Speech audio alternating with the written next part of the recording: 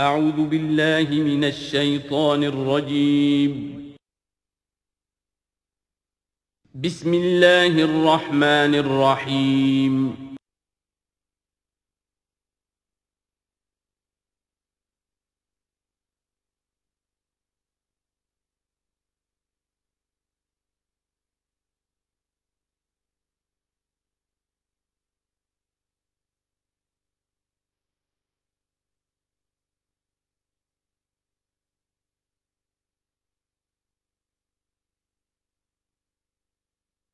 الحمدللہ وکفی والصلاة والسلام علی عبادہ الذین اصطفیٰ خصوصاً علی افضلہم وخاتم النبیین محمد الامین وعلی آلہ وصحبہ اجمعین اما بعد فقد قال اللہ تبارک وتعالی کما ورد فی سورۃ بنی اسرائیل اعوذ باللہ من الشیطان الرجیم بسم اللہ الرحمن الرحیم ولا تقف ما ليس لك به علم ان السمع والبصر والفؤاد كل اولئك كان عنه مسؤولا صدق اللہ العظیم رب اشرح لي صدری ويسر لي امری واحلل عقدۃ من لسانی یفقهوا قولی اللہم ربنا الہمنا رشدنا واعذنا من شرور انفسنا اللہم ارنا الحق حقا وارزقنا اتباعه وارنا الباطل باطلا وارزقنا اجتنابه اللہم وفقنا لما تحب وترضى آمین یا رب العالمین۔ سورہ بنی اسرائیل کے تیسرے اور چوتھے رکوع کی 18 آیات میں جیسے کہ میں عرض کر چکا ہوں، حبر الامہ حضرت عبداللہ ابن عباس رضی اللہ تعالی عنہما کے قول کے مطابق تورات کی تعلیمات کا نچوڑ اللہ تعالی نے دے دیا ہے۔ So to say, this is the Quranic version of the 10 commandments of Torah۔ ذہن میں تازہ کر لیجئے، سب سے پہلی ہدایت، مت پوجو کسی کو سوائے اللہ کے، بندگی پرستش صرف اللہ کی۔ دوسری ہدایت، والدین کے ساتھ حسن سلوک، اور اس موضوع پر یہ قرآن مجید کا ذروۂ سنام ہے۔ اگر وہ تمہارے پاس بڑھاپے کی عمر کو پہنچ ہی جائیں تو انہیں اف تک مت کہو، انہیں کبھی جھڑکو نہیں، ان کے سامنے اپنے کندھے جھکا کر رکھو، عاجزی اختیار کرو، تواضع اختیار کرو۔ ہاں یہ کہ اگر کسی وقت کوئی بات ان کی رد کرنی ہی پڑے جبکہ تمہارے دل میں کوئی میل نہ ہو، سرکشی نہ ہو، تو اللہ تعالیٰ جانتا ہے تمہارے دلوں کی حالت کو، اللہ معاف فرمائے گا۔ تیسری ہدایت، رشتہ داروں کے حقوق ادا کرو اور محتاجوں کے اور غرباء کے مسکن۔ چوتھی ہدایت، فضول خرچی میں دولت مت اڑاؤ۔ یہ تیسری اور چوتھی باہم مربوط ہے۔ اگر فضول خرچی میں دولت اڑاؤ گے تو ادائے حقوق کے لیے پیسے نہیں آئیں گے، بلکہ انسان مصرف جو ہے اپنی فاضل دولت کا کرے۔ حقوق کا ادا کرنا، اس میں قرابت دار سب سے پہلے ہیں، پھر اور جو بھی محتاج ہیں، مسکین ہیں، پھر یہ کہ اللہ کے دین کے لیے خرچ کرنا ہے۔ اس میں پھر مزید ہدایت کہ اگر کسی وقت تمہاری اپنی حالت ایسی نہ ہو کہ کسی کے ساتھ تعاون کر سکو، تب بھی یہ ہے کہ بات نرم کرو، معذرت کرو بڑے اچھے انداز میں۔ اسی سلسلے میں مزید ہدایت کہ ان صدقات اور خیرات کے معاملے میں بھی انتہا پسندی نہیں ہونی چاہیے۔ نہ یہ ہو کہ آدمی بخیل ہو جائے اور ہاتھ اپنی گردن سے باندھ لے کہ کوئی پیسہ نکلے ہی نہ یہ کہ اپنے دونوں ہاتھ کھلے چھوڑ دے تو پھر یہ کہ اسے بعد میں پچھتانا پڑے۔ اسی میں مزید ہدایت، اگر تم اپنے کسی عزیز کا یا کسی اور بیچارے غریب انسان کا چاہتے ہو کہ اس کا حال بدل جائے، اس کی حالت بہتر ہو جائے، اپنی حد تک جو تم کر سکتے ہو ضرور کرو، لیکن یہ نہ سمجھو کہ تم کسی کی حالت بدلنے پر قادر ہو۔ کسی کے رزق کی کشادگی یا تنگی یہ سراسر اللہ کے ہاتھ میں۔ ایک اور ہدایت، زنا کے قریب تک نہ پھٹکنا، یہ بہت ہی بری شے، بے حیائی اور برا راستہ ہے۔ مزید ہدایت، انسانی جان کا احترام، قتل ناحق سے بچنا، اور جو شخص ناحق قتل کر دیا جائے اس کے ورثاء کو ہم ایک اختیار دیتے ہیں، ان کے ہاتھ میں اختیار ہوتا ہے کہ قاتل کو معاف کریں یا قاتل سے جان کے بدلہ جان جو ہے اس کی لیں۔ مزید ہدایت، یتیموں کے مال کے قریب نہ پھٹکنا، لیکن بہت عمدہ طریقے سے ان کی حفاظت کرو، امانت سمجھو اس کو، یہاں تک کہ وہ اپنی بلوغت کو پہنچ جائیں، پھر یہ ہے کہ تم ان کے مال ان کے حوالے کر ہی دو گے۔ عہد کی پابندی کرو، جہاں معاہدہ ہو جائے، وعدہ ہو، اس کو پورا کرو، اور جب ناپ کر دینے لگو تو ناپو بھی پورا، اور تول کر دو تو سیدھی ترازو سے تولو۔ یہی بہتر ہے نتیجے کے اعتبار سے بھی، اسی سے جو بقیت اللہ جو بچ جائے گا تمہارے لیے اس میں برکت ہوگی، اور بے ایمانی سے کم ناپ کر کم تول کر کچھ زیادہ اگر تم نے فوری طور پر حاصل کر بھی لیا تو اس میں برکت نہیں ہوگی بلکہ اس میں نحوست ہوگی۔ ان تمام چیزوں کے بارے میں فرمایا۔ اب جو اس کے بعد جو ہدایت ہے جو بہت اہمیت کی حامل ہے، وَلَا تَقْفُ مَا لَيْسَ لَكَ بِهِ عِلْمٌ، ایسی چیز کے پیچھے مت پڑو یا مت لگو جس کے لیے تمہارے پاس علم نہیں ہے۔ یہ انسان کا بحیثیت اشرف المخلوقات اس کا طرز عمل جو ہے وہ علم پر مبنی ہونا چاہیے، توہمات پر نہیں، خام خواہ کے توہمات جن کے لیے کوئی بنیاد نہیں، کوئی دلیل نہیں، ان توہمات کے اوپر انسان اپنی روش کو استوار کرے، یہ اس کے شایع نشان نہیں ہے۔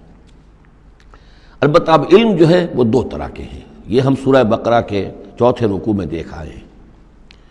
ایک ہے ہیومن نالج، ایکوائرڈ نالج، انسان جو علم حاصل کرتا ہے، اور ایک ہے ریویلڈ نالج جو اسے دیا جاتا ہے، وہ وحی کے ذریعے سے آتا ہے، الہام کے ذریعے سے آتا ہے۔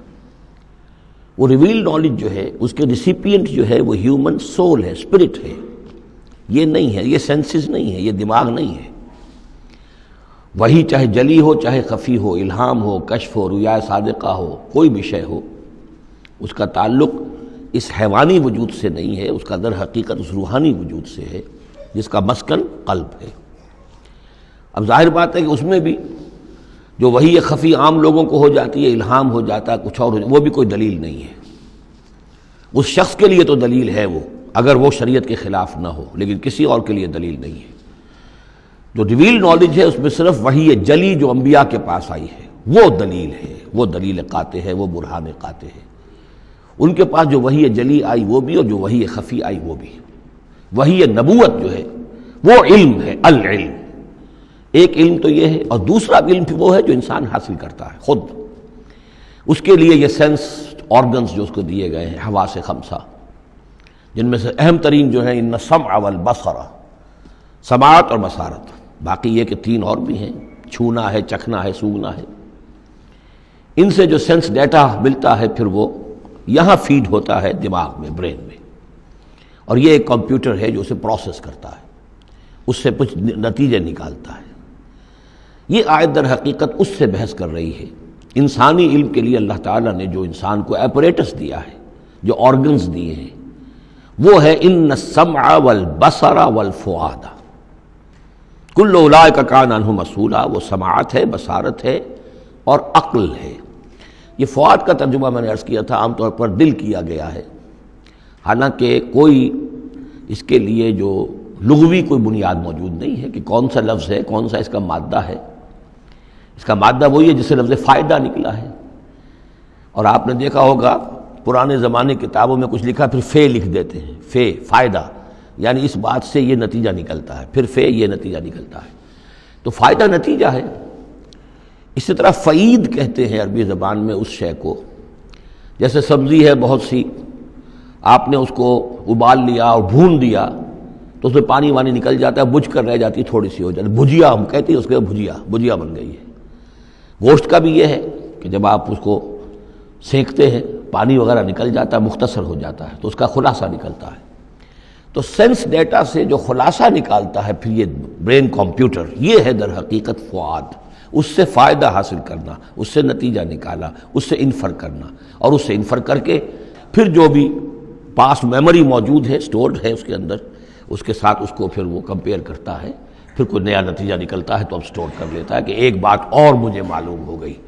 اور یہ اس طریقے سے رفتہ رفتہ انسانی علم بڑھتے بڑھتے کہاں تک پہنچ گیا ہے عقلیں دنگ ہیں، کہاں تک پہنچ گیا؟ آج کسی ایک انسان کے لیے ممکن ہی نہیں رہا ہے کہ وہ پورا جو معلومات کا دائرہ اس وقت ہے تمام سائنسز کے اندر ان کا احاطہ کر سکے، ناممکن۔ کسی فزسسٹ کے لیے یہ ممکن نہیں ہے کہ صرف فزکس کے دائرے کی تمام معلومات کو وہ اپنے ذہن میں جمع کر سکے۔ اتنا بڑا ایکسپلوژن ہے معلومات کا، وہ سب اسی سے، ان السمع والبصر والفؤاد کل اولئک کان عنہ مسئولا۔ ان چیزوں کی مسئولیت ہے، اللہ نے یہ چیزیں تمہیں دی ہیں، اب ان کو تو بند کر کے رکھ چھوڑو، توہمات کے اوپر اپنا بنیاد رکھ لو۔ زلزلہ کیسے آتا ہے؟ ایک گائے ہے، گائے کے 2 سینگوں پر یا بیل کے 2 سینگوں پر زمین کھڑی ہے، وہ ایک سینگ کے اوپر وہ ٹکا لیتا ہے، پھر جب ذرا وہ تھک جاتا ہے تو وہ بدلتا ہے تو دوسرے سینگ کے اوپر زمین کو لاتا ہے تو زلزلہ آ جاتا ہے۔ اس کے لیے کوئی دلیل یا تو ہونی چاہیے کتاب اللہ اور سنت رسول سے، وہ دلیل ہے، اور یا پھر دلیل ہوگی اس ذریعہ علم سے، جو ہیومن نالج ہے، اس سے جو علم حاصل ہو رہا ہے وہ قطعی ہے، وہ یقینی ہے، وہ ویریفائیبل ہے، وہ ایکسپیریمنٹیشن سے حاصل ہو رہا ہے، آبزرویشن سے حاصل ہو رہا ہے، پھر جو نتائج آپ نکالتے ہیں انہیں ویریفائی کر سکتے ہیں۔ تو یہ ہے اصل میں وہ آیت کے جو انتہائی اہم ہے، قرآن مجید نے نوع انسانی کو اس راستے پر ڈالا ہے کہ توہمات کے تمام ذخیرہ کو رد کر کے اور علم پر اپنے موقف کو قائم کرو۔ اس کو کہا گیا ہے، اس کو جان لیجئے کہ اصل میں اس سے پہلے جو فلسفہ تھا، ارسطو کا فلسفہ، اس کا ڈنکا بج رہا تھا پوری دنیا میں، عالم اسلام میں بھی بہت عرصے تک ارسطو کا یہ ڈنکا بجتا رہا ہے، اب جا کر کہیں بمشکل ان چیزوں کی گرفت ڈھیلی پڑی ہے۔ وہ ہے استخراجی منطق۔ معلومات کا دائرہ بہت کم تھا، جو بھی معلومات تھی اس میں سے وہ نکالتے جا رہے ہیں، نتیجے نکال رہے ہیں، اسی میں سے وہ بال کے کھال اتار کر استخراجی ڈیڈکٹیو لاجک۔ قرآن نے آ کر انڈکشن، منطقی استقرائی کا دور شروع کیا۔ کھول آنکھ، زمین دیکھ، فلک دیکھ، فضا دیکھ، آبزرو کرو۔ افلا ينظرون الى الابل كيف خلقت والى السماء كيف رفعت والى الجبال كيف نصبت والى الارض كيف سطحت۔ دیکھو زمین کو، آسمان کو دیکھو، یہ تمام فینومینا آف نیچر اللہ کی نشانیاں، آیات ہیں۔ یہ تقدس عطا کیا ان کو، یہ اللہ کی آیات ہیں، اللہ کی نشانیاں اور قوانین طبیعہ اللہ تعالیٰ کے۔ ٹھیک ہے، اس معنی میں تو ہم مانتے ہیں کہ اللہ جب چاہے ان کو توڑ دے، لیکن روز روز تو وہ ٹوٹتے نہیں ہیں۔ اتنے محکم قوانین ہیں یہ، اگر یہ محکم قوانین نہ ہوتی، سائنس پاسبل ہی نہ ہوتی، ٹیکنالوجی ممکن ہی نہ ہوتی۔ کبھی کوئی قانون ہو جاتا حرکت کا، کبھی قانون حرکت کا بدل جاتا، تو پھر کیسے کوئی آپ مشین بناتے، کیسے کوئی آپ کوئی ٹیکنالوجی ممکن نہیں تھی۔ These laws of nature, physical laws, وہ بہت مضبوط ہے، اللہ کے بنائے ہوئے۔ ہاں، اللہ سے بالا تر نہیں ہے، یہ نہیں ہے کہ اللہ بھی پابند ہو گیا انہی کا۔ ظاہر بات ہے کہ سمندر ایک ہی دفعہ پھٹا ہے، حضرت موسیٰ علیہ السلام کے لیے معجزے کے طور پر روز روز تو نہیں پھٹتا سمندر۔ آگ نے ایک ہی مرتبہ جلانے سے انکار کیا ہے حضرت ابراہیم علیہ السلام کو، باقی روز روز تو نہیں۔ تو یہ چیزیں شاذ ہوتی ہیں، لیکن یہ معجزے کو ہم مانتے ہیں۔ اللہ تعالیٰ جب چاہے اپنے قوانین کو توڑ دے، لیکن یہ قوانین روز روز نہیں ٹوٹتے، یہ قوانین جو ہے مستقل ہے، دائم ہے، اور انہی کے ذریعے سے یہ پاسبل ہے سائنس۔ تو در حقیقت علامہ اقبال کا ایک بہت اہم نظریہ ہے جس کی طرف میں توجہ دلانا چاہتا ہوں۔ انہوں نے اپنے خطبات میں یہ بات کہی ہے، The inner core of the present Western civilization is Quranic۔ اس موجودہ مغربی تہذیب کی بھی جو انر کور ہے، اس کا جو خالص اندرونی جو اس کا محور ہے، وہ خالص قرآنی ہے، کیونکہ یہ سائنس پر قائم ہے۔ اور قرآن نے جو ہے اسی طرف توجہ دلائی ہے۔ توہمات کو ایک طرف رکھو، یہ سب آکلٹ سائنسز وغیرہ جو ہیں، ان سے بھی ہمارے ہاں بڑی سخت جو ہے اسے بیزاری کا اظہار ہے۔ یہ نجومی بیٹھے ہوئے ہیں، یہ لکیریں دیکھی جا رہی ہے، یہ سائنس آف نمبرز ہے، آکلٹ سائنس قطع نہیں، یہ سائنسز نہیں ہے، کوئی توجہ مت کرو۔ وَلَا تَقْفُ مَا لَيْسَ لَكَ بِهِ عِلْم، اور العلم علمان، علم دو ہی طرح کا ہے، یا پھر وہ صحیح جو اللہ نے جو اپریٹس دیا تھا حضرت آدم علیہ السلام کے اندر ودیت کر دیا تھا، علم الاسماء، اسی کے ذریعے سے ایکسفولیشن ہو رہی ہے اس اپریٹس کے ذریعے سے، اور علم پھیلتا چلا جا رہا ہے۔ یا وہ علم ہے اور یا پھر وہ علم ہے وَإِمَّا يَأْتِيَنَّكُم مِّنِّي هُدًى فَمَن تَبِعَ هُدَايَ فَلَا خَوْفٌ عَلَيْهِمْ وَلَا هُمْ يَحْزَنُونَ۔ یورپ کی تباہی کا سبب یہ ہوا کہ اس نے دوسرے علم سے نگاہیں بند کر لی، وہی کی اس کے اپنا سلسلہ توڑ لیا، صرف اس علم کے اوپر رہ گیا۔ تو یہ گویا کہ دو آنکھوں میں سے اللہ نے جو دی تھی انسان کو، ایک یہ ایکوائرڈ نالج کی آنکھ اور ایک ریویل نالج کی آنکھ، وہ ریویل نالج کی آنکھ بند کر لی۔ اس سے اس نے دجالیت کی شکل اختیار کر لی ہے، ورنہ خود اپنی جگہ پر یہ ایکوائرڈ نالج، یہ علم الاسماء، یہ اللہ کا عطا کردہ ہے، اس میں فی نفسہ ہی کوئی خرابی نہیں ہے، صرف یہ کہ دوسری طرف سے بے توجہ ہو گئی، اس نے اس کے اندر جو نتیجے کے اعتبار سے خرابی پیدا کر دی۔ وَلَا تَقْفُ مَا لَيْسَ لَكَ بِهِ عِلْمٌ إِنَّ السَّمْعَ وَالْبَصَرَ وَالْفُؤَادَ كُلُّ أُولَٰئِكَ كَانَ عَنْهُ مسؤولا وَلَا تَمْشِ فِي الْأَرْضِ مَرَحًا، اور زمین میں اکڑ کر مت چلو، إِنَّكَ لَن تَخْرِقَ الْأَرْضَ، کتنے ہی اکڑ کر چلو اور کتنے پاؤں مارو زمین پر، تم زمین کو پھاڑ نہیں سکو گے، وَلَن تَبْلُغَ الْجِبَالَ طُولًا، اور نہیں پہنچ سکو گے پہاڑوں تک اونچائی میں، گردن کتنی ہی اکڑا لو، کتنا اونچا کر لو، اوپر ترا بھی چڑھا لو، کہاں تک چڑھاؤ گے؟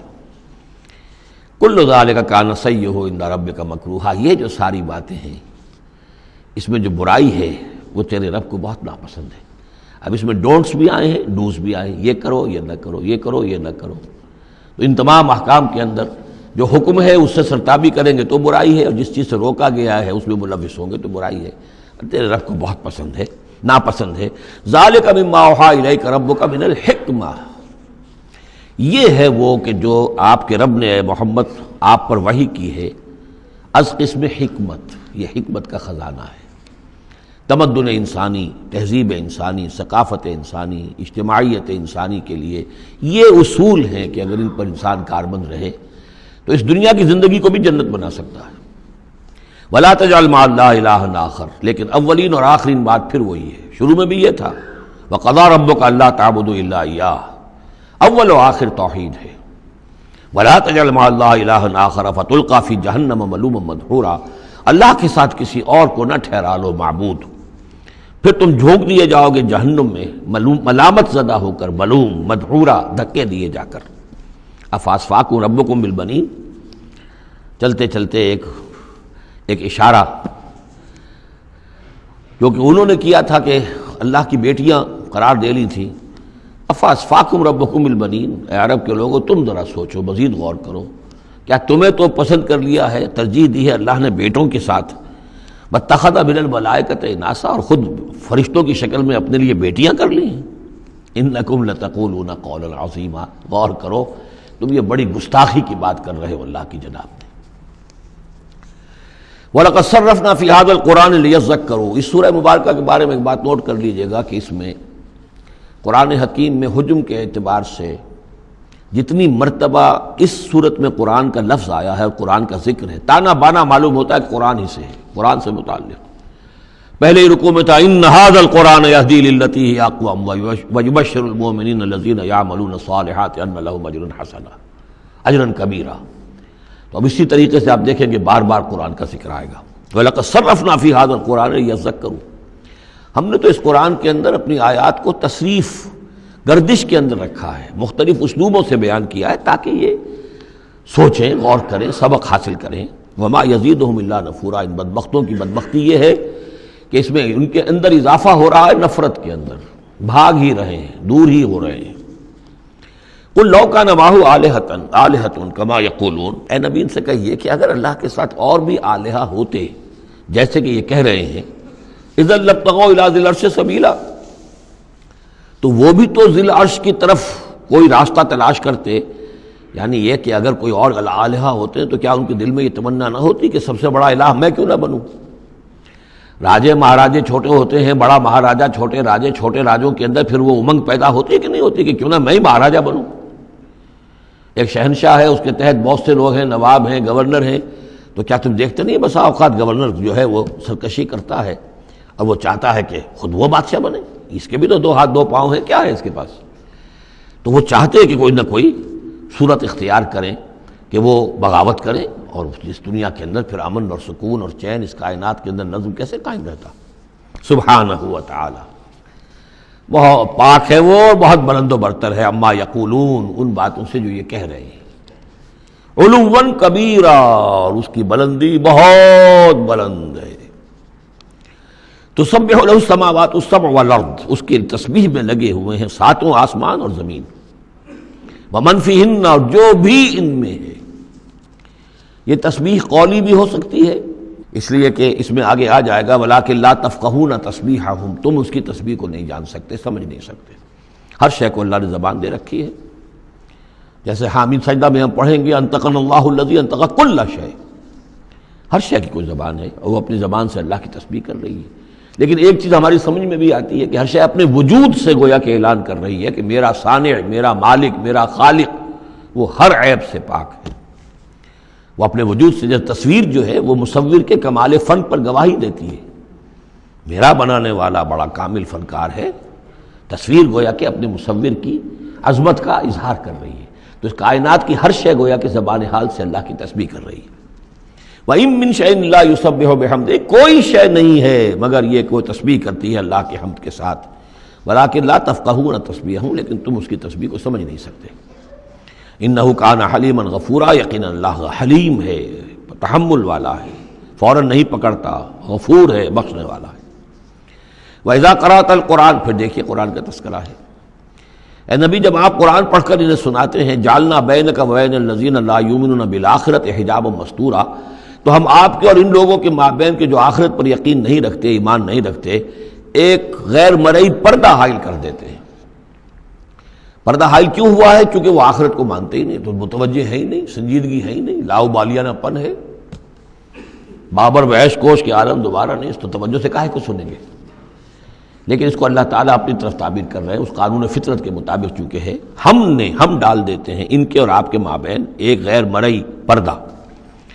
نتیجہ کیا نکلتا ہے؟ وَجَعَلْنَا عَلَىٰ قُلُوبِهِمْ أَكِنَّةً، ان کے دلوں کے اوپر بھی ہم غلاف چڑھا دیتے ہیں، پردے ڈال دیتے ہیں، یفقہوہ کہ وہ اسے سمجھ نہ پائیں.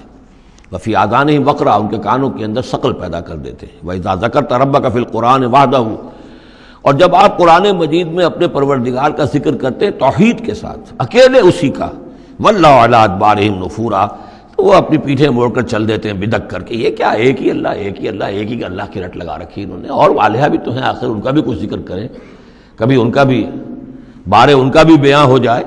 لیکن نہیں، یہ تو ایک ہی اللہ کی رٹ لگاتے ہیں، تو وہ بالکل بدک کر چلے جاتے ہیں. نحن اعلم بما یستمعون به اذ یستمعون الیک، اور جب اے نبی یہ آتے ہیں آپ کے پاس اور توجہ سے بیٹھ کر سنتے ہیں تو ہمیں خوب معلوم ہے یہ کیا سنتے ہیں.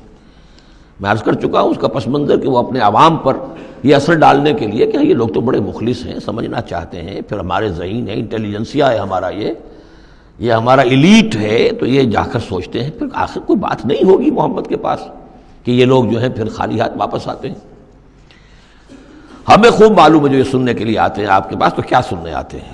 وَإِذْ هُمْ نَجْوَىٰ، اور پھر جب یہ علیحدہ ہوتے ہیں، سرگوشیاں کر رہے ہوتے ہیں، اِذْ يَقُولُ الظَّالِمُونَ، اور پھر یہ ایک دوسرے سے کہتے ہیں یہ ظالم، ان تتبعون الا رجلا مسحورا، تم نہیں پیروی کر رہے ہو مگر ایک سحر زدہ شخص کی. یعنی ان میں سے کسی کے دل میں کوئی بات پیدا ہونی بھی لگتی ہے کہ نہیں بھئی آج تو جو بات کی ہے محمد نے صلی اللہ علیہ وسلم بڑی وزنی بات ہے، اس پر تو سنجیدگی سے غور کرنا ہوگا. اب ان کے کان کھڑے ہوئے کہ معلوم ہوتا ہے کہ اس پر تو ہمارے اس دوست اور ساتھی کے اوپر تو محمد کا داؤ چل گیا صلی اللہ علیہ وسلم. لہذا پھر اس کو سمجھاتے نہیں بھائی ایک سحر زدہ آدمی ہے، مشہور انسان ہے، کہاں اس کی باتوں پر سنجیدگی سے غور کر رہے ہو. انظر کیف ضربوا لک الامثال، دیکھیے اے نبی کیسی مثالیں وہ آپ کے لیے بیان کرتے ہیں. سحر زدہ، مسحور، کبھی ساحر، کبھی مسحور، کبھی شاعر، کبھی مجنون، یعنی کوئی ایک رائے بھی ان کی نہیں آپ کے بارے میں بن رہی ہے. فضلوا، اب وہ بھٹک گئے ہیں، فلا یستطیعون سبیلا، اور اب یہ راہ یاب نہیں ہو سکیں گے. وقالوا اذا كنا عظاما ورفاتا، اور وہ کہتے ہیں کہ کیا جب کہ ہم ہڈیاں ہو جائیں گی اور چورا چورا ہو جائیں گی ہماری ہڈیاں بھی، ہمارا گوشت گل سڑ کر جو ہے راکھ ہو جائے گا، اِنَّا لَمَبْعُوثُونَ خَلْقًا جَدِيدًا، کیا کہہ رہے ہیں محمد صلی اللہ علیہ وسلم، کیا پھر ہمیں اٹھا لیا جائے گا ایک نئی زندگی، ایک نئی تخلیق. گویا کہ انہیں یہ بہت محال معلوم ہوتا ہے، ناممکن ہے.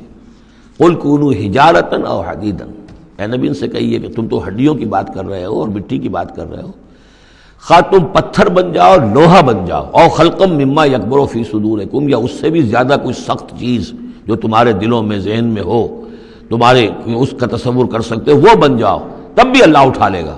فسیقولون من یعیدنا، پھر وہ کہیں گے اچھا کون ہمیں اٹھائے گا دوبارہ، کون ہمیں دوبارہ پیدا کرے گا. قل الذی فطرکم اول مرہ، کہیے وہ جس نے تمہیں پہلی مرتبہ پیدا کیا.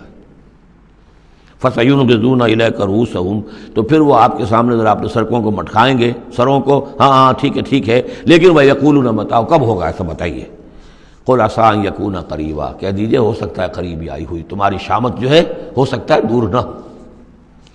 یوم یدعوکم فتستجیبون بحمدہ، جس دن کہ وہ تمہیں پکارے گا جب تم اپنی قبروں میں ہوگے یا گلے سڑے ہوئے ہڈیوں کی شکل میں ہوگے، لیکن تم چلے آؤ گے اس کی پکار پر لبیک کہتے ہوئے، بحمدہ، اس کی حمد کرتے ہوئے، وتظنون ان لبثتم الا قلیلا، اور تم گمان کرو گے کہ نہیں رہے ہم مگر بہت تھوڑا سا عرصہ، دنیا میں بھی اور یہ پورا عالم برزخ جو ہے یہ بھی کچھ تھوڑا سا ہی عرصہ تھا جو ہم گزار کر آئے ہیں۔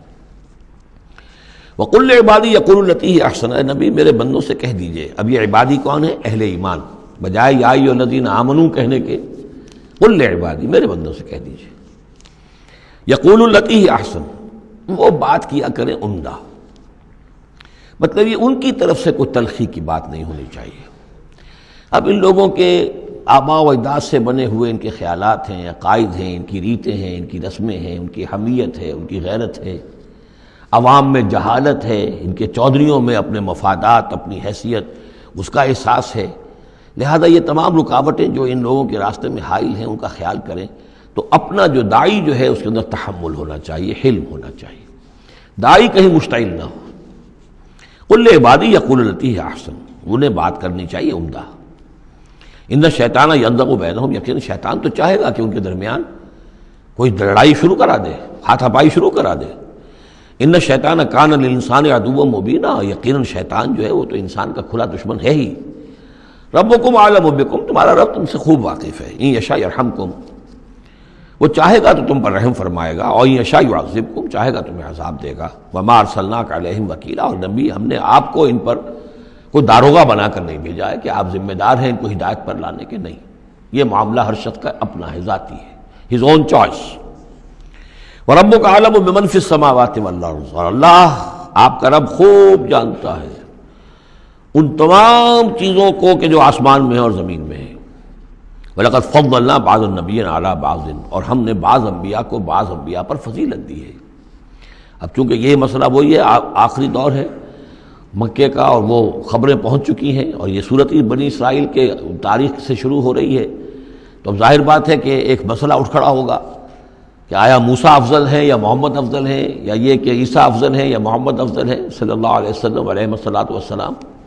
تو یہاں پر مسلمانوں کو اس دعوت اور تبلیغ کے جو تقاضے ہیں ان کے حوالے سے کہ اس بحث میں تم نہ پڑو، اگر اس بات کو تم زیادہ زور دو گے ان میں حمیت پیدا ہو جائے گی، جیسے ہمارے ہاں وہ کھڑے ہو کر الاپتے ہیں سارے نبیوں سے افضل ہمارا نبی، ٹھیک ہے وہ ہے افضل، لیکن خود انہوں نے کہا ہے کہ مجھے یونس ابن متہ پر بھی فضیلت مت دو، حضور کے صحیح حکم کی خلاف ورزی کرتے ہیں جو یہ کہتے ہیں افضل، اس میں کوئی شک نہیں، لیکن یہ کہ اس افضلیت کا اس طریقے کا چرچا کرنا جو ہے اس سے دوسروں کے اندر ایک جو ہے منفی کیفیات پیدا ہوتی ہیں۔ تو اس حوالے سے حضور کی حدیث ہے یہ، مجھے یونس ابن متہ پر بھی فضیلت مت دو، یونس وہ ہیں رسولوں میں سے ایک ہی رسول ہیں دنیا میں جنہیں کچھ اللہ نے سزا دی ہے، پکڑ ہوئی ہے، اور کسی کا معاملہ نہیں، یہ سورہ یونس میں ہم دیکھا ہے، تو آپ نے فرمایا مجھے یونس پر بھی فضیلت مت دو، اس لیے کہ اس بات میں مت پڑھو وَلَقَدْ فَضَّلْنَا بَعْضَ النَّبِيِّينَ عَلَىٰ بَعْضٍ، ہم نے بعض انبیاء کو بعض انبیاء پر فضیلت دی ہے، بس اصولی بات ہے، تِلْكَ الرُّسُلُ فَضَّلْنَا بَعْضَهُمْ عَلَىٰ بَعْضٍ۔ اب یہاں دیکھیے خاص طور پر پھر ان کے نبی کا ذکر کیا جا رہا ہے، وَآتَيْنَا دَاوُودَ زَبُورًا، ہم نے داؤد کو زبور عطا کی تھی۔ ہم ان انبیاء اور رسل کے جو عظمتیں ہیں، ان کے جو مقامات ہیں، ان کے اعتراف میں، ان کے اعلان میں ہمیں کوئی باک نہیں، ہمیں کوئی جھجک نہیں۔ قُلِ ادْعُوا الَّذِينَ زَعَمْتُم مِّن دُونِهِ، کہیے ان سے کہ پکارو انہیں جنہیں تم سمجھتے ہو کہ اللہ کے سوا کوئی معبود ہے، کوئی کار مختار وہ بھی ہیں۔ فَلَا يَمْلِكُونَ كَشْفَ الضُّرِّ عَنكُمْ وَلَا تَحْوِيلًا، تو انہیں کوئی اختیار حاصل نہیں ہے نہ تو تم سے کوئی تکلیف دور کرنے کا اور نہ ہی کوئی حالت کو بدل دینے کا۔ اولئک الذین یدعون، وہ ہستیاں جنہیں یہ پکار رہے ہیں، پکارنے والوں میں دیکھیے کہ پکارنے میں ایک تو ایسے بھی تھے خیالی ہستیاں جن کا کوئی وجود ہی نہیں، من گھڑت، لیکن پکارے جانے والے انبیاء، اولیاء اللہ یا فرشتے یہ بھی تو ہو سکتے ہیں نا، لیکن اس عالم امر میں، اس عالم غیب میں ان کا حال کیا ہے جنہیں یہ پکار رہے ہیں؟ ہم کئی دفعہ دیکھا ہے انہیں پتہ بھی نہیں کہ یہ ہمیں پکار رہے ہیں، قیامت کے دن وہ تو انکار کریں گے، ہمیں کوئی معلوم نہیں تھا کہ تم نے ہمارے ساتھ یہ گستاخیاں کی ہیں اور ہمیں شرمندگی کا سامان بن گئے ہو، کہ اللہ تعالیٰ کے سامنے ہماری شرمندگی ہے کہ اللہ تعالیٰ کے ہاں پیش ہو رہے ہیں کہ ہمیں مد مقابل بنایا گیا اللہ کا۔ لہذا اولئک الذین یدعون یبتغون الی ربہم الوسیلۃ، اس عالم غیب میں وہ تو خود اللہ کے اپنے رب کے تقرب کے متلاشی ہیں۔ یہ وسیلہ کا لفظ آ چکا ہے اس سے پہلے، یبتغون الی ربہم الوسیلۃ ایہم اقرب، یعنی اس عالم امر میں بھی درجات ہیں، فرشتے ہیں، طبقہ اسفل کے فرشتے ہیں، پھر درجہ اعلیٰ کے فرشتے ہیں، پھر مقربین بارگاہ ہیں، پھر وہ جو ہے ملائے اعلیٰ جس کو کہا جاتا ہے، ملائکہ مقربین ہیں. تو ان کے اندر بھی ایک درجہ بندی ہے، اور وہ اس عالم کے اندر بھی جیسے یہاں اللہ کے بندے تقرب اللہ کی کوشش کر رہے ہیں، وہ وہاں پر وہ بھی اس عالم کے اندر، بس فرق تو یہی ہے کہ وہ ہماری نگاہوں سے اوجھل ہے. یبتغون الی ربہم الوسیلۃ ایہم اقرب، چاہتے ہیں کہ اور آگے بڑھیں اور قرب ہو جائے، ایک دوسرے سے آگے نکل جائیں. وَيَرْجُونَ رَحْمَتَهُ، اور اس کی رحمت کے امیدوار ہیں. وَيَخَافُونَ عَذَابَهُ، اور اس کے عذاب سے ڈرتے رہتے ہیں. ان عذاب ربک کان محذورا، واقعہ یہ ہے کہ آپ کے رب کا عذاب جو ہے واقعتاً ایسی شے ہے جس سے ڈرتے رہنا چاہیے. وَإِن مِّن قَرْيَةٍ إِلَّا نَحْنُ مُهْلِكُوهَا قَبْلَ يَوْمِ الْقِيَامَةِ أَوْ مُعَذِّبُوهَا عَذَابًا شَدِيدًا، اور نہیں ہے کوئی بستی مگر یہ کہ ہم اسے ہلاک کر کے رہیں گے قیامت کے دن سے قبل، یا عذاب دیں گے اسے بہت ہی شدید عذاب. اس آیت کو جوڑ لیجئے گا، چونکہ یہ جوڑا ہے یہ سورت اور یہ سورہ کہف. لِيُنذِرَ بَأْسًا شَدِيدًا مِّن لَّدُنْهُ، بہت بڑی جنگ اور بہت بڑی تباہی جو آنے والی ہے قیامت سے قبل، اس کی طرف اشارہ ہے کہ یہ جو، اور آج کل جو بھی آپ تصور کر سکتے ہیں کہ ایٹمک جنگ اگر ہو جائے تو کیا ہوگا دنیا میں، نیوکلیئر وار ہو، اور کسی بھی وہ چھڑ سکتی ہے. لیکن یہ کہ قیامت سے پہلے الملحمۃ العظمیٰ، ایک بہت بڑی جنگ ہونے والی ہے، جس کی کہ احادیث کے اندر خبریں ہیں، جس کا تذکرہ پھر آئے گا سورہ کہف کے اندر صراحت کے ساتھ. تو کوئی بستی ایسی نہیں ہے، قیامت سے پہلے وہ عذاب آئے گا. اور معذبوها عذابا شدیدا کان ذلک فی الکتاب مستورا، اور یہ تمام چیزیں جو ہیں اللہ کی کتاب میں لکھی ہوئی ہیں، طے شدہ ہیں، وہ آنا ہے، اس کا ایک ٹائم ٹیبل معین ہے. وما منعنا ان نرسل بالآیات، اور ہمیں نہیں روکا اس سے کہ ہم آیات بھیجیں. اب وہ مسئلہ چھڑ رہا ہے دوبارہ جو سورہ انعام سے چل رہا ہے کہ نشانی کیوں نہیں دکھاتے، حصے نشانی، کوئی معجزہ. یہاں اللہ تعالیٰ فرما رہے ہیں کہ ہم نے اس طرح کے معجزے دکھانے کیوں بند کر دیے. وما منعنا، نہیں روکا ہم کو اس سے کہ ان نرسل بالآیات، کہ ہم وہ معجزات دکھائیں، الا ان کذب بها الاولون، اس لیے کہ ہم نے یہ دیکھ لیا کہ پچھلوں نے بھی جھٹلایا ان کو. نہ تو سمود کو جو ہم نے ناقہ دی تھی ان کے مطالبے کے اوپر اس پر کوئی ایمان لایا، نہ عیسیٰ کو جو آخری معجزے ہم نے دے دیے، زندہ جانور پیدا کر دینا، گارے سے بنانا، پھونک مارنا اور اڑتا ہوا وہ پرندہ بن جائے، اور مردہ کو کہنا قم باذن اللہ اور وہ کھڑا ہو کے چلنے لگ جائے. اب اس سے آگے کون سا معجزہ ہوگا؟ لیکن کوئی مانا. معلوم ان کذب بها الاولون، پہلوں نے بھی ان معجزات کا انکار ہی کیا، جھٹلایا. وآتینا ثمود الناقۃ مبصرۃ، ہم نے سمود کو، قوم سمود کو ان کی آنکھیں کھولنے کے لیے ہم نے اونٹنی والی نشانی دکھا دی. فظلموا بها، انہوں نے اس پر بھی ظلم کیا. وما نرسل بالآیات الا تخفیفا، اور ہم نہیں بھیجتے اپنی آیات، نشانیاں، مگر صرف خبردار کرنے کے لیے. وہ خبردار کرنے کے لیے اب ہم اپنی قرآن مجید کی آیات بھیج رہے ہیں. وَإِذْ قُلْنَا لَكَ إِنَّ رَبَّكَ أَحَاطَ بِالنَّاسِ، اور جب ہم یہ کہتے ہیں کہ آپ کے رب نے تو لوگوں کا احاطہ کیا ہوا ہے، تب بھی یہ کہتے ہیں اس کا کیا مطلب ہے؟ کہاں ہے اللہ؟ کہاں ہمارا احاطہ ہوا ہے؟ اب ظاہر بات ہے کہ یہ مسئلہ ہے جو سمجھیے فلسفے کے مشکل ترین مسائل میں سے ہے. حقیقت و ماہیت وجود. ایک اللہ کا وجود ہے، ہر جگہ ہے، ہر آن ہے، لیکن یہ کہ یہاں دنیا میں ہے کہ نہیں ہے، یہ دنیا ہے یا اللہ ہے، کیا ہے؟ اب یہ سمجھ میں آنے والی بات نہیں ہے. اسی لیے کچھ لوگوں نے اس کو ہماوست، سب کا یہ کائنات جو ہے خدائی ہے، خدا ہی نے یہ روپ دھار لیا ہے. جیسے انسانوں کا روپ دھار لیتا ہے، وہ اوتار کی شکل میں آ جاتا ہے، ایسے خدا نے اس کائنات کی شکل اختیار کر لی ہے. اس کو پینتھیزم کہتے ہیں انگریزی میں، ہماوست، سب خدائی ہے.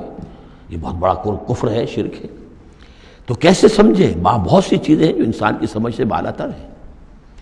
اللہ ہے کیسے ہے؟ کیا دنیا میں اللہ نہیں ہے تو اللہ کی ذات محدود ہو گئی؟ پوری یہ کائنات، اس میں اللہ کا وجود ہی نہیں ہے تو اس کا مطلب یہ کہ اللہ تو پھر علیحدہ کہیں ایک محدود سی شخصیت ہو گئی جو کسی جگہ پر ہے. لیکن اللہ تو ایبسلیوٹ ایگزسٹنس ہے اس کی، کسی حدود اور قیود اور زمان و مکان اور سمت، ان سے تو باورا ہے. وراء الورا ثم وراء الورا. وما جعلنا الرؤيا التي أريناك إلا فتنة للناس. اسی طریقے سے اب یہ مسائل گنوائے جا رہے ہیں کہ جو لوگوں کے لیے بڑے ان کا، چونکہ ان کی طرف سے ان کا رد عمل جو ہے وہ صحیح نہیں ہوتا، لہذا اللہ تعالیٰ نے معجزے دکھانے بند کر دیے ہیں، اور حضور کے بارے میں طے کر لیا کہ وہ معجزہ نہیں دکھائیں گے جس طرح کا معجزہ یہ مانگ رہے ہیں. اسی طرح ہم نے جو آپ کو مشاہدہ کرایا جس شب معراج کا، وما جعلنا الرؤیا التي، رؤیا یہاں خواب کے معنی میں نہیں ہے، جیسے رؤیت بصری ہے، ہم دیکھ رہے ہیں، یہ بھی تو رؤیت ہی ہے، تو حضور کو باقاعدہ مشاہدہ کرایا، التي اریناک کا جو آپ کو دکھایا ہم نے، الا فتنۃ للناس، وہ بھی لوگوں کے لیے فتنہ بن گیا۔ لوگوں نے کہا کہ یہ تو معلوم ہوتا ہے کہ اب بالکل ہی ان کا دماغ چل گیا ہے، معاذ اللہ ثم معاذ اللہ۔ بہت خوش ہوئے تھے مشرکین مکہ، بہت خوش ہوئے، چلو جی چلیے اب ہماری مشکل حل ہو گئی، اب تو ہم تمام مسلمانوں کو باور کروا لیں گے کہ آج تک تم نہیں مانتے تھے، واقعتاً محمد کا دماغ چل گیا ہے صلی اللہ علیہ وسلم۔ وہ کہہ رہے ہیں میں راتوں رات بیت المقدس بھی ہو کے آ گیا ہوں اور میں آسمانوں کی سیر کر کے آ گیا ہوں۔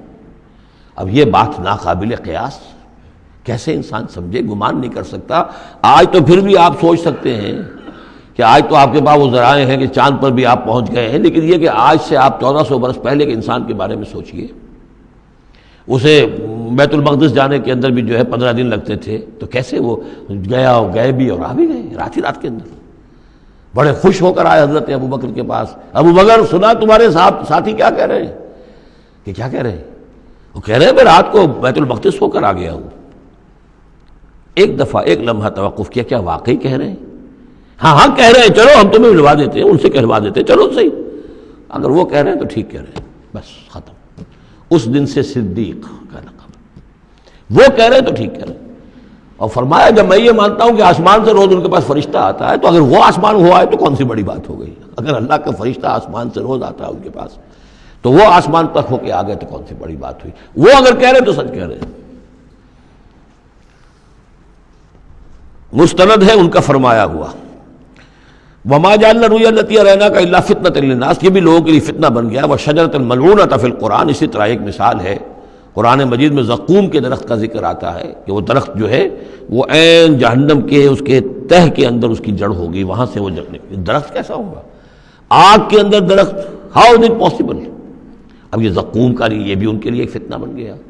اب یہ چیزیں نہیں جانتے کہ اس عالم کا کہ جو فزیکل لاز ہے وہ اور ہوں گے، مختلف ہوں گے، اس آگ کی نوعیت اور ہے، وہ آگ یہ نہیں ہے، وہ آگ جو ہے اس کی حیثیت ہی کچھ اور ہے۔ تو فرمایا وَالشَّجَرَةُ الْمَلْعُونَةَ فِي الْقُرْآنِ، اور جس قرآن مجید میں جس ملعون شجر کا ذکر ہے، وَنُخَوِّفُهُمْ، لیکن یہ ساری باتیں ہم انہیں بتاتے ہیں خبردار کرنے کے لیے، فَمَا يَزِيدُهُمْ إِلَّا طُغْيَانًا كَبِيرًا۔ اب یہ ان کی بدبختی ہے کہ ان تمام چیزوں سے ان کے اندر سرکشی ہی کے اندر اضافہ ہو رہا ہے، بڑھتے چلے جا رہے ہیں سرکشی میں۔ وَإِذْ قُلْنَا لِلْمَلَائِكَةِ اسْجُدُوا لِآدَمَ فَسَجَدُوا إِلَّا إِبْلِيسَ، اور یاد کرو جب کہ ہم نے کہا تھا فرشتوں سے کہ سجدہ کرو آدم کو، تو ان سب نے سجدہ کیا مگر ابلیس نے نہیں کیا۔ قَالَ أَسْجُدُ لِمَنْ خَلَقْتَ طِينًا، یہ چوتھی مرتبہ اب یہ آدم ابلیس کا قصہ آ رہا ہے قرآن میں۔ اس نے کہا کیا میں اس کو سجدہ کروں جسے تو نے بنایا ہے گارے سے؟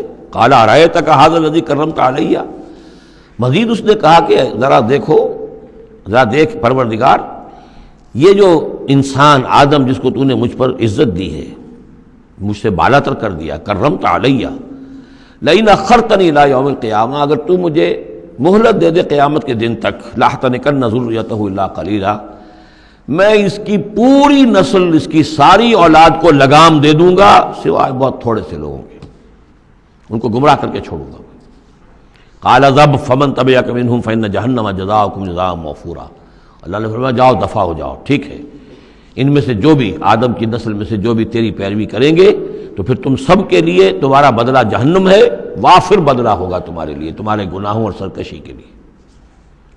وَاسْتَفْزِزْ مَنِ اسْتَطَعْتَ مِنْهُمْ، یہ لفظ آئے گا کئی بار، ذرا نوٹ کر لیجیے۔ فز کہتے ہیں عربی زبان میں بکری کا جو بچہ نوزائیدہ ابھی ہوتا ہے، جیسے کل بھی میں نے ذکر کیا تھا، وہ کھڑا ہوتا ہے تو ٹانگیں اس کی لڑکھڑا رہی ہوتی ہیں، تو اس طریقے سے یعنی اس طرح جب کہ کسی انسان کی ٹانگیں لڑکھڑا جائیں، اس کے اندر حوصلہ ختم ہو جائے، ہمت اس کا جواب دے رہی ہو، تو اس کے لیے پھر یہ محاورہ ہے یا کنایہ ہے۔ وَاسْتَفْزِزْ مَنِ اسْتَطَعْتَ مِنْهُمْ، تو پھسلا لے ان کو، ان میں سے جس کو چاہے، بِصَوْتِكَ، اپنی آواز سے، وَأَجْلِبْ عَلَيْهِمْ، اور چڑھا لا ان کے اوپر، بِخَيْلِكَ، اپنے سواروں کو، وَرَجْلِكَ، اپنے پیادوں کو، وَشَارِكْهُمْ فِي الْأَمْوَالِ وَالْأَوْلَادِ، اور تجھے کھلی چھوٹ ہے ان کے ساتھ مشارکت کر، ساجھا کر مال میں اور اولاد میں، وعدہم، اور ان سے جو چاہے وعدے کر جھوٹے سچے، وما یعدہم الشیطان الا غرورا، لیکن نہیں وعدہ کرتا ان سے شیطان مگر دھوکے کے۔ ان عبادی لیس لک علیہم سلطان، میرے بندوں پر تجھے اختیار کوئی نہیں ہوگا۔ ورغلا لو، جس طرح سبز باغ دکھا لو، جس طرح جو چاہو وسوسہ اندازی کر لو، اس کا اختیار ہے، لیکن یہ اختیار نہیں ہے کہ میرے کسی بھی بندے کو تم زبردستی اس کی مرضی کے خلاف، اس کی مرضی کے بغیر گمراہی پر لے جاؤ۔ وَكَفَىٰ بِرَبِّكَ وَكِيلًا، اور کافی ہے تیرا رب ان کے لیے کارساز جو اللہ کے بندے جو شیطان سے بچنا چاہیں۔ ربکم الذی یسجی لکم الفلک فی البحر، تمہارا رب وہ ہے جو چلاتا ہے کشتیوں کو سمندر میں یا دریا میں، لتبتغوا من فضلہ، تاکہ تم اس کے فضل کو حاصل کر سکو۔ انہ کان بکم رحیما، یقیناً وہ تم پر بہت ہی رحیم ہے اور شفیق ہے۔ وَإِذَا مَسَكُمُ الضُّرُّ فِي الْبَحْرِ، یہ مضمون کئی دفعہ آ چکا ہے، جب تمہیں تکلیف پہنچتی ہے سمندر میں، طوفان آتا ہے، موت نظر آتی ہے، ضل من تدعون الا اياه، تو سب گم ہو جاتے ہیں تم سے، بھول جاتے ہیں ان سب کو جن کو تم عام حالات میں پکارتے ہو، جن کو ڈنڈوت کرتے ہو اور جن کے سجدے کرتے ہو۔ فلما نجاکم الى البر، سوائے اللہ کے سب کو بھول جاتے ہو، صرف اللہ کو پکارتے ہو۔ پھر جب اللہ تعالیٰ تمہیں بچا کر نکال کر لے آتا ہے خشکی پر، آرس تم پھر اعراض کرتے ہو، پھر رخ موڑ لیتے ہو۔ وکان الانسان کفورا، یقیناً انسان بہت ناشکرا ہے۔ افامنتم ان یخسف بکم جانب البر، تو کیا تم اس سے ڈرتے نہیں کہ وہی اللہ تمہیں زمین میں خشکی میں بھی تو دھنسا سکتا ہے کہ نہیں؟ آسودہ ساحل تو ہے مگر شاید تجھے معلوم نہیں، ساحل سے بھی موجیں اٹھتی ہیں، خاموش بھی طوفان ہوتے ہیں، کیا خشکی میں لوگ مرتے نہیں؟ وہاں جب تھے تو چیخ رہے تھے، چلا رہے تھے، اللہ کو پکار رہے تھے، خشکی پر آتے ہی، اور اب تم بھول گئے اللہ کو، تو کیا اللہ یہاں تمہیں دھنسا نہیں سکتا زمین میں؟ ان یخسف بکم جانب البر اور یرسل علیکم حاصبا، یا تم پر ایک ایسی تیز آندھی بھیج دے اس بر پر، خشکی پر، کہ جس میں پتھر ہوں اور پتھراؤ ہو تمہارا اور تم ہلاک ہو جاؤ۔ ثم لا تجدوا لکم وکیلا، پھر تمہیں کوئی بچانے والا نہ ملے۔ ام امنتم ان یعیدکم فیہ تارۃ اخری، تو کیا تمہیں اس کا ڈر نہیں رہا کہ پھر کبھی دوبارہ اللہ تمہیں لے جائے اسی سمندر میں؟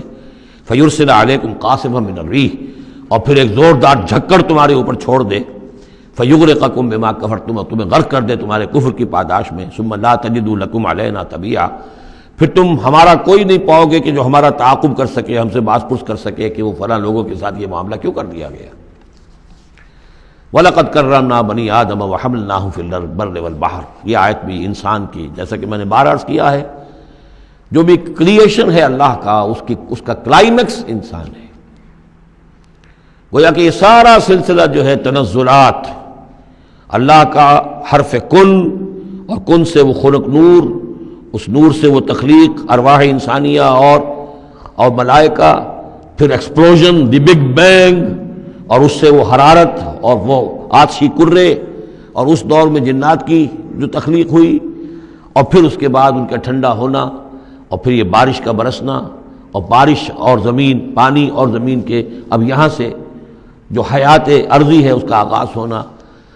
ہر دو عالم خاک شد تا بست نقش آدمی، اے بہار نیستی از قدر خود ہوشیار باش۔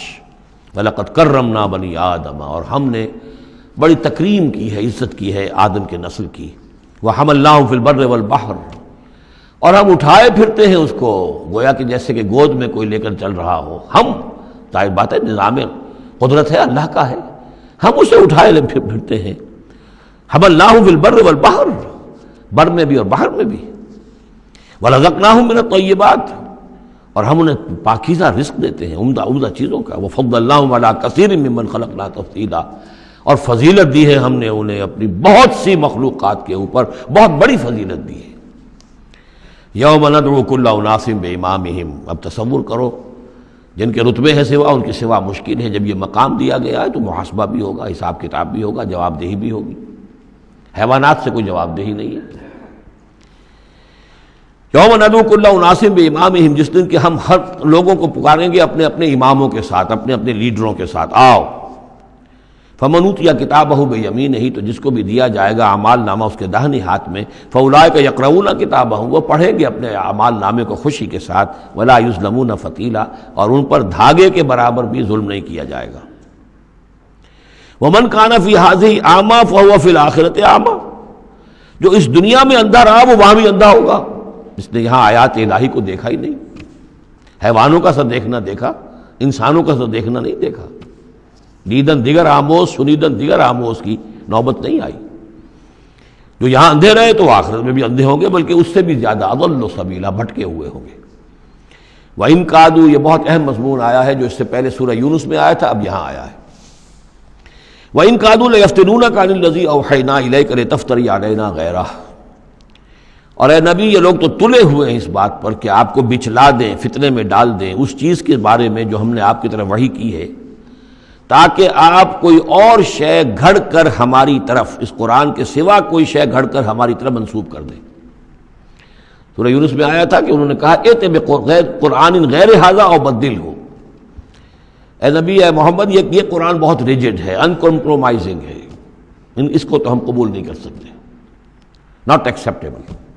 ہاں کچھ اس میں ترمیم کرو، کچھ کو بدل دو، کچھ نرمی کرو، کچھ ہماری بات مانو، کچھ اپنی بنواؤ، وہی دباؤ۔ اور آپ اندازہ کر لیجئے جو میں آپ کو واقعہ سنا چکا ہوں کہ کس طریقے سے عوام کے اوپر ان لیڈروں نے اپنا اثر قائم کر لیا تھا۔ وہ لوگ سمجھتے تھے کہ ٹھیک تو کہہ رہے ہیں یہ، بھائی رسالت کا دعویٰ کر رہے ہیں تو معجزہ دکھائیں۔ ادھر یہ ہے کہ اللہ تعالیٰ کا فیصلہ یہ کہ معجزہ نہیں دکھائیں گے۔ ان کان کبر علیک اعراضهم فان استطعت ان تبتغي نفقا في الارض او سلما في السماء فتاتيهم بآية، اگر آپ کے اندر طاقت ہے تو لے آئیے کہیں سے معجزہ، کوئی آسمان پہ سیڑھی لگائیں یا زمین میں سرنگ لگا لیں، لے آئیے اس میں معجزہ، ہم تو نہیں دکھائیں گے۔ تو کس قدر دباؤ تھا حضور پر صلی اللہ علیہ وسلم۔ اس دباؤ میں اس کا بھی اضافہ ہے کہ کہتے اچھا ٹھیک ہے محمد ہم بات مان لیں گے آپ کی، ذرا یہ اس کے اندر ترمیم کیجیے، ائت بقرآن غیر ھذا او بدلہ۔ وہی بات یہاں ہے، وَإِن كَادُوا لَيَفْتِنُونَكَ عَنِ الَّذِي أَوْحَيْنَا إِلَيْكَ لِتَفْتَرِيَ عَلَيْنَا غَيْرَهُ، یہ تلے ہوئے ہیں کہ آپ کو بچلا دیں گے اس چیز سے اور منحرف کر دیں گے کہ جو ہم نے آپ کی طرف وحی کی ہے، تاکہ کچھ اور چیز گھڑ کر آپ ہماری طرف منسوب کر دیں۔ وَإِذًا لَاتَّخَذُوكَ خَلِيلًا، اور پھر یہ آپ کو اپنا دوست بنا لیں گے۔ دوست کیا، وہ تو بادشاہ بنانے کو تیار تھے، ہم آپ کو بادشاہ بنانے کو تیار ہیں۔ وَلَوْلَا أَن ثَبَّتْنَاكَ، بہت اہم آیت ہے یہ، اور اگر ہم نے ہی نہ آپ کے پاؤں جما دیے ہوتے۔ دیکھیے محمد رسول اللہ کی بات ہو رہی ہے، آسان نہیں ہے، دباؤ، اس پورے پریشرز جو چاروں طرف سے پڑ رہے تھے۔ اللہ فرماتے ہیں وَلَوْلَا أَن ثَبَّتْنَاكَ، اگر ہم نے آپ کے قدم نہ جما دیے ہوتے، لَقَدْ كِدتَّ تَرْكَنُ إِلَيْهِمْ شَيْئًا قَلِيلًا، تو عین ممکن تھا کہ آپ کچھ نہ کچھ ان کی طرف مائل ہو ہی جاتے، جھک ہی جاتے۔ دباؤ اتنا شدید تھا۔ لولا ان ثبتناک، بالکل ویسے ہی جیسے کہ حضرت یوسف کے بارے میں فرمایا وَلَقَدْ هَمَّتْ بِهِ وَهَمَّ بِهَا لَوْلَا أَن رَأَىٰ بُرْهَانَ رَبِّهِ، اس عزیز کی بیوی نے تو قصد کیا ہی تھا، یوسف بھی کرتا، اگر اللہ کی ایک برہان نہ دیکھ لیتا، اس کا امکان موجود تھا کہ بر بنائے تب بشری، وہی معاملہ یہاں۔ وَلَوْلَا أَن ثَبَّتْنَاكَ، اگر ہم نے آپ کے پاؤں نہ جما دیے ہوتے، آپ کے دل کو جما نہ دیا ہوتا، آپ کو ثبات عطا نہ کر دیا ہوتا، لَقَدْ كِدتَّ، آپ تو قریب ہو گئے تھے، تَرْكَنُ إِلَيْهِمْ کہ کچھ شَيْئًا قَلِيلًا ان کی طرف جھک جائیں۔ اِذًا لَأَذَقْنَاكَ ضِعْفَ الْحَيَاةِ وَضِعْفَ الْمَمَاتِ، اگر ایسا ہو جاتا تو ہم آپ کو دگنی سزا دیتے دنیا کی اور دگنی سزا دیتے آخرت کی۔ الرب رب وإن تنزل والعبد عبد وإن ترقى ثم لا تجد لك علينا نصيرا، پھر نہ پاتے آپ اپنے لیے ہمارے مقابلے میں کوئی مددگار، آپ کو چھڑانے والا کوئی نہ ہوتا۔ میں ترجمہ وہی کر رہا ہوں کہ جو قرآن کے الفاظ ہیں، لیکن مفہوم سمجھ لیجئے، یہ سختی اصل میں حضور کی طرف نہیں ہے، بظاہر خطاب حضور کی طرف ہے، عتاب جو ہے خطاب حضور کی طرف، عتاب ہو رہا ہے ان پر جو دباؤ ڈال رہے ہیں کہ بدبختو، ہمارے نبی کے لیے یہ بالکل ممکن نہیں ہے، یہ ہرگز نہیں کریں گے۔ وَإِن كَادُوا لَيَسْتَفِزُّونَكَ مِنَ الْأَرْضِ لِيُخْرِجُوكَ مِنْهَا، اور یہ تلے ہوئے ہیں اس بات پر کہ آپ کے قدم اکھاڑ دیں اس سرزمین سے، مکے سے، تاکہ یہاں سے نکال باہر کریں آپ کو، لِيُخْرِجُوكَ مِنْهَا، یہ گویا کہ بالکل آخری وقت ہے اب مکی دور کا کہ جس میں کہ وہ کشاکش انتہا کو پہنچ چکی تھی۔ وَإِذًا لَا يَلْبَسُونَ خِلَافَكَ إِلَّا قَلِيلًا، لیکن ساتھ ہی پیشن گوئی بھی ہے کہ ٹھیک ہے یہ تو نہیں کہا کہ یہ آپ کو نکال نہیں پائیں گے، اس کی نفی نہیں کی، لیکن یہ کہ پھر یہ بھی یہاں پر زیادہ دیر رہ نہیں سکیں گے، یعنی یہ کہ چند سال کی بات ہی ہے نا، 8 سال کے بعد، بلکہ بڑے بڑے سردار تو ان کے جو ہے 2 سال کے بعد ہی وہ بدر کے اندر جا کر کھیت رہے، ابو جہل کہاں رہا، عقبہ ابن ابی معیط کہاں رہا، سب ختم، بڑے بڑے سب کے سب سردار جو تھے جو غادری سب ختم ہو گئے۔ وَإِن كَادُوا لَيَسْتَفِزُّونَكَ مِنَ الْأَرْضِ، جیسے وہ پاؤں ڈگمگاتے ہیں، لڑکھڑاتے ہیں مرغی کے نوزائیدہ، اس بکری کے نوزائیدہ بچے کے، یہ چاہتے ہیں کہ آپ کے قدموں کو یہاں سے ہلا دیں، لا يستفزونك من الارض ليخرجوك منها، تاکہ وہ یہاں سے نکال دیں آپ کو۔ وَإِذًا لَا يَلْبَسُونَ خِلَافَكَ إِلَّا قَلِيلًا، اس صورت میں خود یہ بھی پھر یہاں پر زیادہ دیر نہیں رہ سکیں گے سوائے تھوڑا سا عرصہ۔ سنت من قد ارسلنا قبلک من رسلنا، اور یہ طریقہ رہا ہے، ہم نے آپ سے پہلے جتنے رسولوں کو بھیجا ان کے باب میں ہمارا یہی قانون رہا ہے کہ نبی جب ہجرت کر جاتا ہے تو پھر گویا کہ امان اٹھ جاتی ہے، پھر اس قوم کے اوپر عذاب آتا ہے۔ وَلَا تَجِدُ لِسُنَّتِنَا تَحْوِيلًا، اور آپ ہماری اس سنت اور قانون اور قاعدے میں اور ضابطے میں کوئی تبدیلی نہیں پائیں گے۔ اقم الصلاۃ لدلوک الشمس الی غسق اللیل وقرآن الفجر، نماز کو قائم رکھیے سورج کے ذرا ڈھلنے سے لے کر رات کے تاریک ہو جانے تک۔ یہ اصل میں 5 وقتہ نماز کا اب نظام یہاں آ رہا ہے، اس طریقے سے نہیں دیا گیا لیکن اب نظام بتا دیا گیا ہے۔ وہ تو حضرت جبرائیل نے بتایا، وہ معاملہ بالکل دوسرا ہے، لیکن یہ کہ سورج ڈھلتا ہے، جیسے نصف النہار ہے، اس سے ذرا سورج جو ہے مغرب کی طرف گیا، ظہر، تھوڑی دیر بعد عصر، تھوڑی دیر بعد مغرب، پھر رات تاریک ہو گئی، عشاء۔ 4 نمازیں ہیں، اور سردیوں کے موسم میں تو لگتا ہے کہ پے بپے تابڑ توڑ آ رہی ہے۔ جو نماز مسجد میں پڑھتے ہیں وہ تو گئے اور آئے اور گئے اور آئے، تو گویا کہ نماز کھڑی ہے مسلسل۔ قائم رکھو نماز کو سورج کے ڈھلنے سے لے کر اور رات کے تاریک ہو جانے تک، وقرآن الفجر۔ اور اب ایک اور نماز رہ گئی اور وہ ہے فجر کی، اور اسے تعبیر کیا قرآن الفجر، اس لیے کہ اس میں طویل قرات ہونی چاہیے، قرآن کا پڑھا جانا فجر کے وقت۔ ان قرآن الفجر کان مشہودا، اس لیے کہ یہ فجر کے وقت قرآن کا پڑھا جانا جو ہے یہ مشہود ہے، یعنی اس میں ایک تو یہ کہ حضور قلب ہوتا ہے انسان کا، سو کر اٹھا ہے آدمی، تر و تازہ ہے، حواس جو ہیں تازہ ہیں، کوئی تکدر نہیں ہے، کوئی تکان نہیں ہے، تو ایک تو حضور قلب ہے، اور ایک یہ ہے کہ فرشتے بھی عصر اور فجر کے وقت جو ہے ان کی شفٹیں چینج ہوتی ہیں۔ یہ دونوں نمازوں میں یہ جو ہیں دونوں شفٹوں والے موجود ہوتے ہیں، رات والے آتے ہیں عصر کے وقت اور دن والوں کی چھٹی ہوتی ہے، اور فجر میں یہ ہے کہ رات والوں کی چھٹی ہونے والی ہے اور دن والے آ کر چارج لیتے ہیں، تو فرشتوں کی حاضری کا وقت ہے۔ وَمِنَ اللَّيْلِ فَتَهَجَّدْ بِهِ، اور نماز کے ایک حصے میں سے آپ جاگیے اس قرآن کے ساتھ، بہی کو یہاں نوٹ کیجئے، جیسے سورہ انعام میں نے بار بار نوٹ کرایا تھا، انذر بہی ذکر بہی، تبشیر ہو اس قرآن کے ذریعے سے، تذکیر اس قرآن کے ذریعے سے، انذار اس قرآن کے ذریعے سے۔ تو تہجد جو ہے جاگنا قرآن کے ساتھ جاگنا ہے۔ اب ہمارے ہاں چونکہ قرآن لوگوں کو یاد نہیں ہوتا، تو جو پڑھتے بھی ہیں تہجد وہ تو 8 رکعتیں جیسے تیسے جو قل هو اللہ کے ساتھ پڑھ کر پھر بیٹھ کر کوئی مراقبہ کر لیا، کوئی اور ذکر کر لیا، وہ اصل تہجد وہ نہیں، اصل تہجد یہ ہے طویل قرات رات کو کھڑے ہو کر کی جائے۔ نافلۃ لک، یہ اضافی شے ہے اے نبی آپ کے لیے۔ عسیٰ ان یبعثک ربک مقام محمودا، امید ہے کہ آپ کا رب آپ کو مقام محمود پر فائز کرے گا۔ یہ مقام محمود کو بہت بلند مقام ہے میدان حشر میں اور پھر جنت میں، جس کی حقیقت کو ہم اس وقت نہیں جان سکتے۔ وَقُلْ رَبِّ أَدْخِلْنِي مُدْخَلَ صِدْقٍ وَأَخْرِجْنِي مُخْرَجَ صِدْقٍ، اب یہ ہجرت کا حکم ہے جو حضور کو دیا جا رہا ہے، یعنی جب آیا ہے حکم، اجازت آئی ہے، تو ساتھ ہی یہ دعا بھی تلقین کر دی گئی، اور یہ کہیے اے رب میرے مجھے داخل فرما جہاں تو نے مجھے داخل کرنا ہے، یعنی یثرب میں، مدینہ منورہ میں، اس وقت تک اس کا نام یثرب تھا، تو میرا داخلہ جو ہے سچا داخلہ ہو، عزت کے ساتھ داخلہ ہو، اعزاز کے ساتھ داخلہ ہو، مبوع صدق، جیسے سورہ یونس میں آیا تھا، وَأَخْرِجْنِي مُخْرَجَ صِدْقٍ، اور یہاں مکے سے مجھے نکال، تو یہاں سے نکال باعزت طریقے پر، وَاجْعَلْ لِي مِن لَّدُنْكَ سُلْطَانًا نَصِيرًا، اور اب پھر آپ اپنے خزانہ فیض اور فضل سے مجھے سند عطا کیجئے، اختیار عطا کیجئے، حکومت کی طاقت عطا کیجئے۔ یعنی اب جو نیا دور آ رہا تھا، جو آپ جا رہے تھے مدینہ منورہ، تو اصل میں گویا کہ آپ کا استقبال تو وہاں ایسے ہونے والا تھا جیسے بادشاہ کا استقبال ہوتا۔ جاتے ہی وہاں آپ کو وہ حیثیت حاصل ہو گئی کہ اوس اور خزرج کے دونوں قبیلے جو ہیں انہوں نے گویا کہ آپ کو اپنا حاکم تسلیم کر لیا ایک معنی میں، اور یہودیوں کے تینوں قبیلوں سے آپ نے جو ہے جا کر معاہدے کر لیے، تو آپ تو فوری طور پر بے تاج بادشاہ ہو گئے۔ اسی کی دعا تلقین کی جا رہی ہے، اللہ تعالیٰ نے جو چیز دینی تھی ایک دعا کی شکل میں گویا کہ محمد رسول اللہ صلی اللہ علیہ وسلم کو تلقین فرما دیا۔ وَقُلْ رَبِّ أَدْخِلْنِي مُدْخَلَ صِدْقٍ وَأَخْرِجْنِي مُخْرَجَ صِدْقٍ وَاجْعَلْ لِي مِن لَّدُنْكَ سُلْطَانًا نَصِيرًا وَقُلْ جَاءَ الْحَقُّ وَزَهَقَ الْبَاطِلُ، اور کہہ دیجئے حق آ گیا باطل گیا۔ اگرچہ حق کے آنے میں باطل کے جانے میں ابھی بظاہر تو چند سال ہیں، ابھی 8 سال کے بعد مکہ فتح ہوگا، لیکن یہ کہ عالم امر میں تو فیصلہ ہو چکا اللہ تعالیٰ کے ہاں، تو اس کے لیے جو بھی ہے ٹائم ٹیبل معین ہے۔ قل جاء الحق وزهق الباطل ان الباطل کان زہوقا، یقیناً باطل جو ہے وہ تو ہے ہی بھاگ جانے والی شے، اس کے لیے کوئی صبر اور ثبات ہے ہی نہیں۔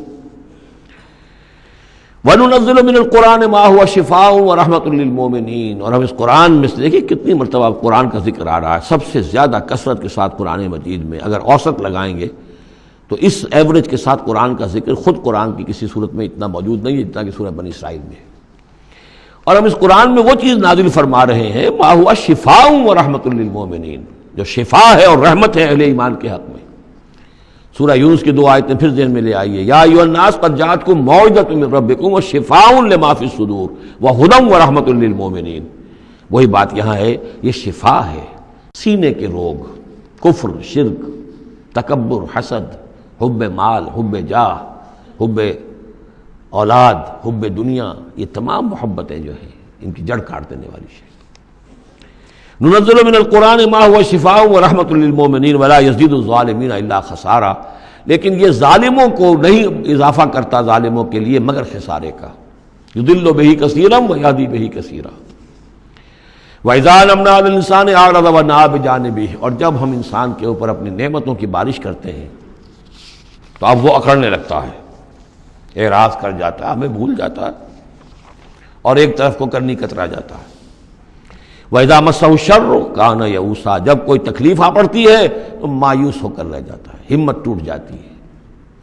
قُلْ كُلٌّ يَعْمَلُ عَلَىٰ شَاكِلَتِهِ، اے نبی کہہ دیجئے ہر شخص اپنے شاکلہ کے مطابق عمل کر رہا ہے۔ یہ شاکلہ کیا ہے؟ اس سے پہلے میں شاید بیان کر چکا ہوں، لا یکلف اللہ نفسا الا وسعہا کے ذیل میں، کہ اللہ تعالیٰ نے ہر انسان کی ایک شخصیت کے کچھ حدود ہیں جو معین کی ہوئی ہیں، ان حدود سے وہ تجاوز نہیں کر سکتا، اس کا سارا امتحان انہی حدود کے اندر ہے۔ جو جینز مجھے ملے ہیں، جو جینز آپ کو ملے ہیں، ظاہر بات ہے میرا چوائس نہیں ہے، they are given for me, آپ کے لیے بھی گیون ہے۔ ان میں کیا صلاحیتیں ہیں، کون سی چیز زیادہ ہے کون سی کم ہے، اللہ جانتا۔ پھر یہ کہ جس ماحول میں مجھے پیدا کیا، جس میں آپ کو پیدا کیا، جو حالات میرے تھے جو آپ کے تھے وہ بھی اللہ تعالیٰ کی طرف سے دیے ہوئے تھے۔ ان دونوں چیزوں سے جو شے وجود میں آتی ہے وہ شاکلہ ہے، وہ پیٹرن ہے۔ جیسے کہ آپ کو کوئی دھات جس سے کوئی شے ڈھال کر بنانی ہے تو پہلے اس کا سانچہ بناتے ہیں، اس سانچے میں پھر اس دھات کو اس کو میلٹ کر کے جب اس کو پگھلا کر ڈالتے ہیں تو اسی کی شکل اختیار کر لیتی ہے۔ تو یہ پیٹرن ہے۔ اب اس کے اندر آدمی نیکی کے لیے، بدی کے لیے، جو بھی کرتا ہے، بھلائی کے لیے، اچھائی، اس پیٹرن کے اندر اندر کرے گا، اس سے آگے نہیں جا سکتا، جس کو آپ انگریزی میں کہتے ہیں one can not outgrow his skin. کتنے ہی آپ پھیل جائیں، موٹے ہو جائیں، وہ کھال اور پھیل جائے گی، کھال سے باہر تو نہیں نکل سکیں گے، کتنے ہی آپ فرما ہو جائیں۔ تو یہ شاکلہ ہے، اس شاکلہ کے اندر اندر آپ کو کام کرنا ہے۔ اللہ جانتا ہے کہ اس نے شاکلہ کون سا دیا تھا آپ کو، اس کے حساب سے، اس کی مناسبت سے حساب لے گا آپ سے۔ لا یکلف اللہ نفسا الا وسعہا، فربکم اعلم بمن هو اہدی سبیلا۔ اسی کو حضور نے بیان فرمایا کہ الناس کالمعادن، معدنیات کی طرح ہے، کہ سونے کی اور ہے اور چاندی کی اور ہے۔ تو تیرا رب خوب جانتا ہے کہ کون ہے وہ کہ جو زیادہ ہدایت پر ہے، راستے پر، راستے کے اعتبار سے۔ وَيَسْأَلُونَكَ عَنِ الرُّوحِ، یہ ان 3 سوالوں میں سے ایک تھا کہ جو پوچھے گئے تھے حضور سے امتحاناً۔ جیسے پہلے ایک سوال کیا گیا تھا کہ یہ بنی اسرائیل مصر کیسے پہنچ گئے، کیا ماجرا تھا ان کے پہنچنے کا، ایسے ہی یہ 3 سوال ایک مرتبہ انہوں نے پوچھوائے تھے یہودیوں نے، یہود کے علماء نے۔ یہ محمد نبوت کا دعویٰ کر رہے ہیں تو آپ لوگ پوچھئے ان سے ذرا، پہلی بات تو یہ پوچھئے کہ روح کی کیا حقیقت ہے، دوسرے یہ ذوالقرنین کون تھے، ان کے کیا حالات تھے، تیسرے اصحاب کہف کون تھے۔ تو اصحاب کہف اور ذوالقرنین کے سوالوں کا جواب سورہ کہف میں ہے جو اگلی سورت ہے۔ روح کے بارے میں یہاں مختصر جواب دیا جا رہا ہے۔ یسألونک عن الروح، یہ آپ سے روح کے بارے میں پوچھ رہے، قل الروح من امر ربی وما اوتیت من العلم الا قلیلا، یہ تیرے رب، آپ کے رب کے امر میں سے ہے، یہ عالم امر کی شے ہے، اور نہیں دیا گیا تمہیں علم میں سے مگر تھوڑا سا۔ عالم امر کا علم تم حاصل نہیں کر سکتے، تمہارے لیے سارا علم جو ہے وہ عالم خلق کا علم ہے۔ تمہاری یہ ساری جو ان السمع والبصر والفؤاد، اس کی رسائی جو ہے وہ عالم خلق تک ہوگی، اس سے آگے نہیں۔